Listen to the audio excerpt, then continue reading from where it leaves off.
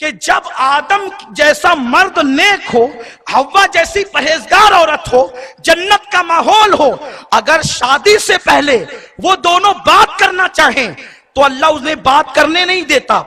جب اللہ آدم و حوا کو شادی سے پہلے ایک دوسرے سے کانٹیکٹ کی، بات چیت کی اجازت نہیں دیتا، تو آج تمہیں کس نے اجازت دی ہے کہ تم اپنی منگیتر کو بائک پر لے کر پھرو، تم اپنی منگیتر کے ساتھ بازو سے بازو لگا کر کے تصویریں نکلواؤ، تم اپنی منگیتر کے ساتھ رات کے 2-3 بجے فون پر گفتگو کرو؟ آپ کو یہ خیال لگتا ہے کہ یہ تعلیمات دقیانوسی ہے؟ یہ دقیانوسی تعلیمات نہیں ہے، اس لیے کہ یہ اسلام کا قانون ہے، اور اسلام کا قانون ہر دور کے لیے ہے، ہر عصر کے لیے ہے، ہر زمانے کے لیے ہے۔ جب جب اس پہ عمل ہوگا، اس کی حکمتیں، اس کے کہ قانون اللہ نے بنایا ہے، اور اللہ بہتر جانتا ہے کہ اس دور کے تقاضے کیا ہیں۔ تو جناب آدم کو اللہ نے روکا۔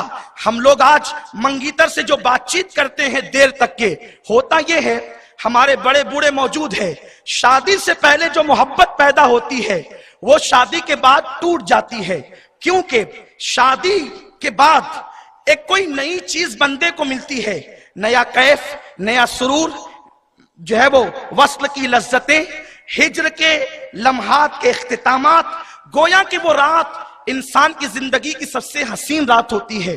اب جب انسان ہر نئی چیز لذیذ ہوتی ہے، پہلے ہی بات کر چکا ہے، پہلے ہی بائک پہ لے کے گھوم چکا ہے، پہلے ہی پارکوں میں لے جا چکا ہے، اور وہ سب کچھ حاصل کر چکا ہے جو ایک بیوی سے ملتا ہے، تو جب شادی کے بعد اس کو کچھ نیا نہیں ملے گا تو اس کے اور اس کے درمیان اختلاف پیدا ہوگا، اور یہی چیزیں کبھی کبھی جو ہے وہ طلاق کا ذریعہ بن جاتی ہے۔ اور ایک لڑکا سوچتا ہے کہ میں تو اس سے اتنی باتیں میں نے کی ہے، اور جب وہ میرے ساتھ ایسی ہے تو دوسروں کے ساتھ کیسی ہوگی۔ اور اسلام جو ہے بیوی کو ٹیشو کا درجہ نہیں دیتا۔ ہم نکاح کرتے ہیں، اسلام میں قانون یہ ہے، اگر کوئی اس شرط کے ساتھ نکاح کرے کہ میں 1 سال تک کے لیے نکاح کرتا ہوں، نکاح ہوگا ہی نہیں۔ میں 5 سال کے لیے نکاح کرتا ہوں، نکاح ہوگا ہی نہیں۔ نکاح کے لیے اسلام کا قانون یہ ہے کہ جب تک کہ یہ نہ ہو کہ میں زندگی بھر تک اسے رکھوں گا، اس وقت تک کہ نکاح ہو ہی نہیں سکتا۔ یعنی نکاح کا مطلب یہ ہے زندگی بھر تک کسی کے ساتھ نبھانے کا معاملہ ہو، اور ساتھ نبھانا بھی کیسا؟ ایسے نہیں جیسے 2 فرینڈ اور گرل ساتھ نبھاتے ہیں کہ صبح کو ملے اور شام کو جدا ہو گئے، نہیں۔ کس طرح ساتھ نبھایا جائے گا؟ تو اللہ ارشاد فرماتا ہے ہننا لباس لکم وانتم لباس لہن۔ اس انداز سے ساتھ نبھایا جائے گا کہ شوہر بیوی کا لباس ہے، بیوی شوہر کا لباس ہے۔ جتنے عیب شوہر اپنی بیوی میں دیکھے گا وہ سب چھپائے گا، کسی سے بیان نہیں کرے گا، اور بیوی جتنے عیب اپنے شوہر کے دیکھے گی وہ سب چھپائے گی، کسی سے بیان نہیں کرے گی۔ کتنی محبت ہوگی آپس میں۔ اللہ نے بائیں پسلی سے پیدا کیا حوا کو۔ ہر معاملے میں اسلام نے رائٹ دائیں کو جو ہے وہ اہمیت دی، لیکن جب عورت کی پیدائش کی بات آئی تو اللہ نے بائیں پسلی سے پیدا کیا۔ کیوں؟ اس لیے کہ بائیں پسلی دل کے قریب ہے، بائیں پسلی دل کے قریب ہے، اور جو دل کے قریب ہے اس کی جگہ دل میں ہے۔ کچھ نوجوان ماں باپ کو چھوڑ دیتے ہیں، بیوی کو سر کا تاج بنا کر پھرتے ہیں، ان کو بھی میرے رسول نے دیوس کہا ہے، اور ان پہ جنت کی خوشبو حرام ہے۔ اور کچھ لوگ بیوی کو پیر کی جوتی سمجھتے ہیں، ان کو بھی میرے رسول نے جو ہے وہ اللہ کی نگاہ رحمت سے محروم کہا ہے۔ بیوی نہ سر کے تاج کا نام ہے کہ آپ ہر معاملے میں جی حضوری کریں، اور نہ پیر کی جوتی کا نام ہے کہ آپ ہر وقت اسے کچلتے رہیں۔ وہ دل کی پسلی کے قریب سے پیدا ہوئی ہے، وہ دل میں رکھنے کی چیز ہے۔ اسی لیے ماں باپ کا رشتہ بڑا قیمتی ہے، لیکن سب سے زیادہ قریب شوہر کے بیوی رہا کرتی ہے۔ میرے آقا صلی اللہ علیہ وسلم کے دیوانوں، اسلام عورت کو ٹیشو کا درجہ نہیں دیتا۔ یہ ٹیشو نہیں ہے پسینہ پوچھ کر پھینک دیں، استعمال کر کے پھینک دیں۔ اسلام میں بیوی کی شان کیا ہے آپ دیکھیں۔ جب تک بیوی زندہ رہے گی ہم اس سے محبت کرتے ہیں، جب وہ انتقال کر جائے گی تو بھی اس کو بھلانے کی اجازت نہیں ہے۔ آپ سیرت رسول میں دیکھیں، اللہ کے حبیب علیہ الصلوۃ والتسلیم کی سب سے پہلی بیوی 25 سال کی عمر میں اللہ کے نبی صلی اللہ علیہ وسلم نے جن کے ساتھ نکاح کیا تھا ان کا نام ہے اس معتبر مبارک مقدس عظمت والی خاتون کا نام ہے سیدہ خدیجۃ الکبریٰ رضی اللہ تعالی عنہا۔ یہ وہ خوش نصیب عورت ہے کہ 25 سال کی عمر میں اللہ کے حبیب علیہ السلام نے 2 مرتبہ بیوہ ہونے والی اس خاتون کے ساتھ نکاح فرمایا تھا، اور اس عورت کی، اس ہماری مقدس ماں کی عمر اس وقت تو 40 سال کی تھی اور حضور علیہ السلام کی عمر 25 سال کی تھی۔ اللہ کے حبیب علیہ السلام نے یہاں پر ہمیں بتایا کہ ایک بیوہ کا مرتبہ کیا ہے، کیونکہ اس سماج کے اندر بیوہ کو منحوس سمجھا جاتا تھا، بیوہ کو ذلیل کیا جاتا تھا۔ اللہ کے رسول نے 2 مرتبہ بیوہ ہونے والی خدیجہ کے ساتھ نکاح کر کے بتا دیا کہ اگر بیوہ منحوس ہوتی تو کبھی بھی اللہ کے حبیب اس خاتون کے ساتھ نکاح نہ کرتے۔ میرے نبی نے 2 مرتبہ بیوہ ہونے والی خدیجہ کے ساتھ نکاح کر کے اسے تمام مومنین کی ماں بنا دیا ہے، اور عظمت والی وہ خاتون ہے جس کے لیے عرش سے سلام آتا تھا۔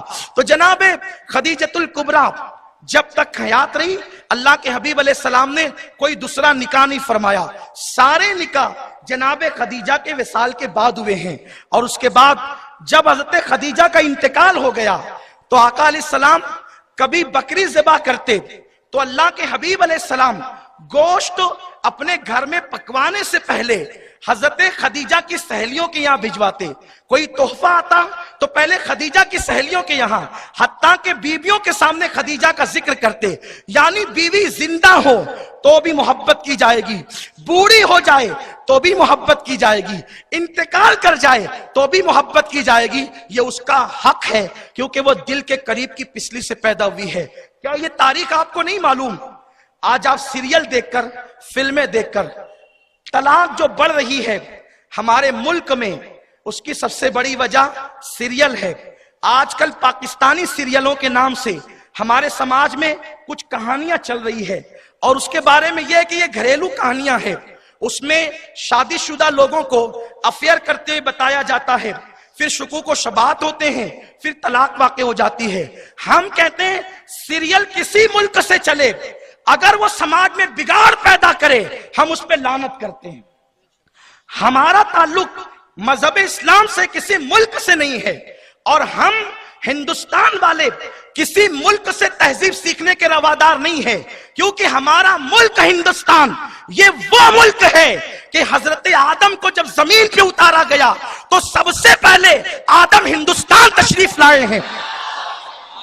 یہ زمین آدم علیہ السلام کی زمین ہے، یہ زمین جناب خواجہ کی زمین ہے، یہ زمین داتا کی زمین ہے۔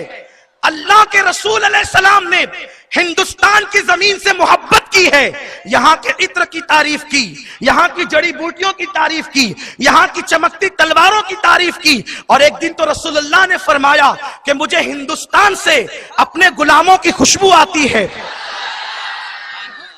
اسی لیے ڈاکٹر اقبال کہتے ہیں میرے عرب کو آئی ٹھنڈی ہوا جہاں سے، میرا وطن وہی ہے، میرا وطن وہی ہے۔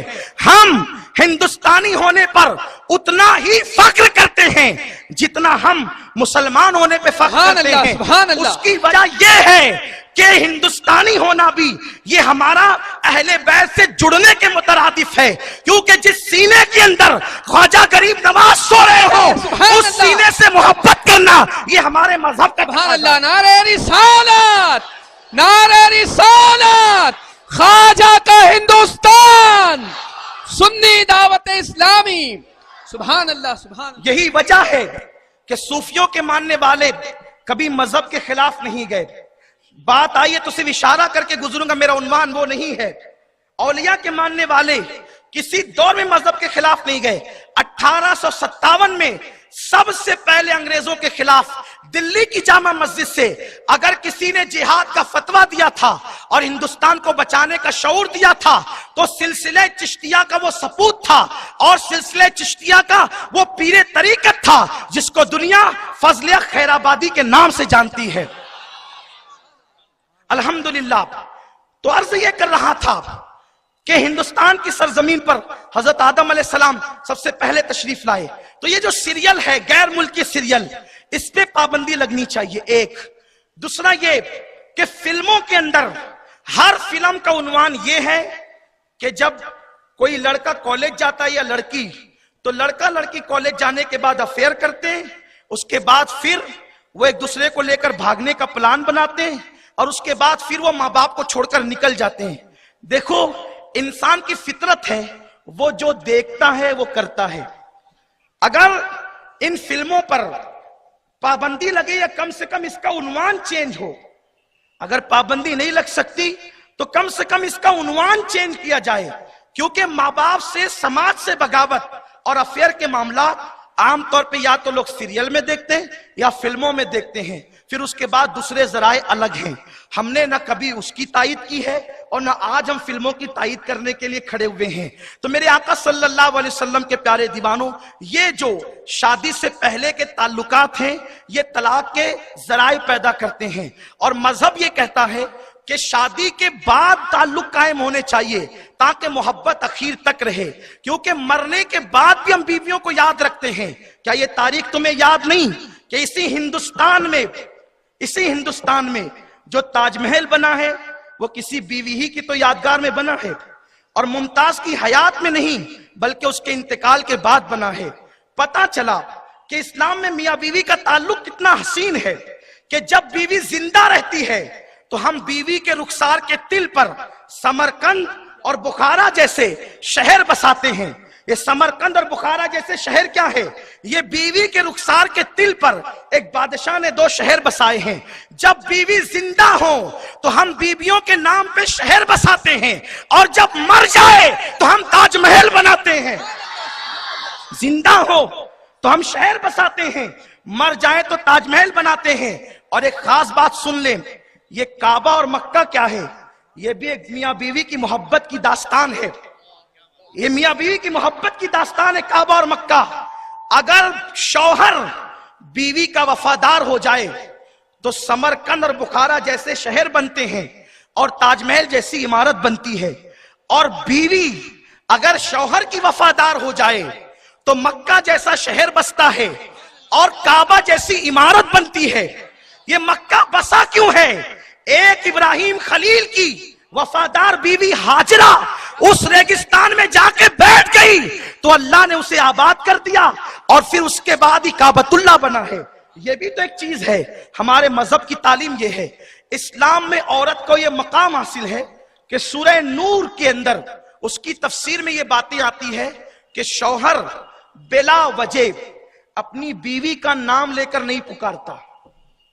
ہمارے یہاں ہم اپنی بیویوں کے نام لے کر نہیں پکارتے۔ یہ قرآن کی تعلیم تفاسیر میں اگر کسی کی بیوی کا نام فلاں ہے تو وہ فلانی کا نام لے کر نہیں، اس کے لیے محبت سے کچھ نام رکھے جائیں گے، اور وہ اصل نام چھپا کر تعارفی ناموں سے پکارا جائے گا۔